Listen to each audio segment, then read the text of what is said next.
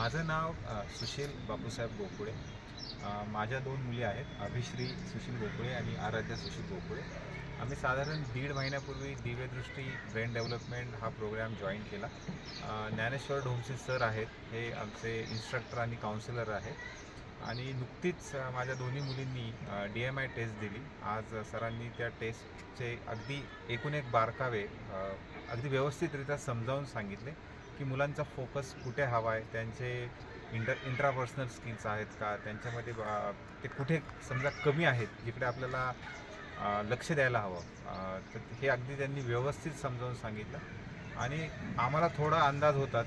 मी स्वतः IT सेक्टरमध्ये काम करतो आणि मी इव्हन समजा मला स्वतःला आर्ट्स आणि डिझायनिंग सेक्टरची जरी आवड होती तरी मी सायन्सच्या दिशेने गेलो आणि मला नंतर लक्षात आलं की ही आपली फील्ड नाही आहे आणि नंतर तरीसुद्धा मी समहाऊ डिझायनिंग फील्डमध्येच आलो. आज मी गेले 20 वर्ष डिझायनिंग फील्डमध्येच काम करतो. म्हणजे मला आपण म्हणतो त्या दृष्टीने मला परत तिथेच आणलं आणि ही टेस्ट पाहत असताना मला असं वाटलं की अरे त्यावेळेस जर ही DMI टेस्ट मी दिली असती आणि माझ्या पॅरेंट्सला जर कळलं असतं की माझं फील्ड डिझायनिंग आहे किंवा पब्लिक अफेअर आहे तर मी आज तिकडे गेलो असतो. ठीक आहे, मी डिझायनिंगमध्ये आहे, पण आता आमचा जो अंदाज होता आणि आम्ही घरीसुद्धा म्हणायचो की अभिश्री CA होणार, तर आमच्या अंदाजानुसारच तो रिझल्ट आला आणि अभिश्रीचं डिझायनिंग स्किल चांगलं आहे आणि तिच्या डोक्यामध्ये मेडिकल आहे. पण आता मला आणखी काही ऑप्शन्स दिसले.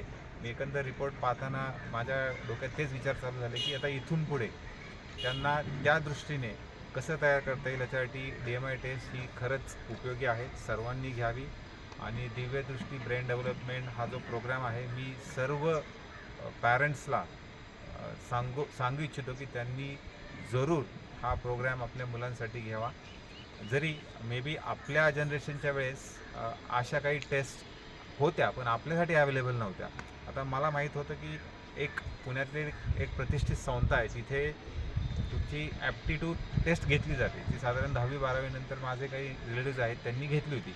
एक एकदम शार्प मुलगा होता, सगळेजण म्हणायचे इंजिनिअरिंग, पण ती टेस्ट घेतल्यानंतर तो कॉमर्स साईडला गेला. आज तो एका मोठ्या कंपनीमध्ये त्याने MBA फायनान्स केलं. तो CA होऊ शकला नाही, पण MBA फायनान्स करून आज तो त्याच फील्डमध्ये त्या टेस्टचा त्याला फायदा आला आणि हाच फायदा आपल्याही मुलांना व्हावा, माझ्याही मुलांना होईल अशी मला अपेक्षा वाटते.